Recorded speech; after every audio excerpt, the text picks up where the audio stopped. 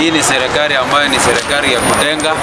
Usiniambia kwamba kama hawezi tengeneza ushuru saa hii miaka 2 imepita, kuna mwaka ingine ambayo wataamuka chini na waweze kutengeneza ushuru ya hapa Kenya.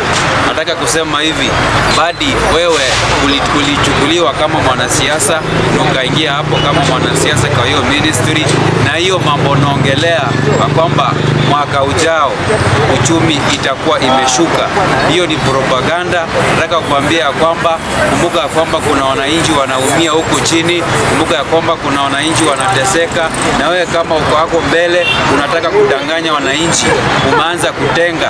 Kwa maana hii serikali tunajua kwamba ni serikali ya kutenga. Umeanza kutenga kwamba uchumi.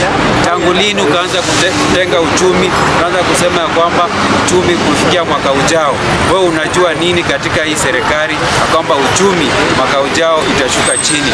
Nataka kusema kwamba Badi, wewe usidanganye Wakenya. Wakenya ni watu sahi wanajielewa, kama si vijana tunajielewa. Tutaki mtuzungushe, mtupeleke huku na huku. Tunajua kwamba sisi wenyewe tunajua, na hii kiti yenyewe tunaikuchia. Usituambia kwamba mwaka ujao ushuru itashuka. Utashukisha aje ushuru?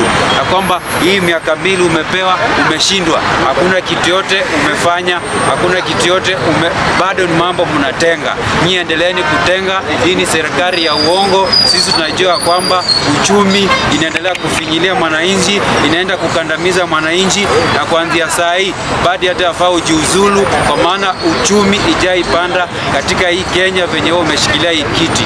Ni hayo tu.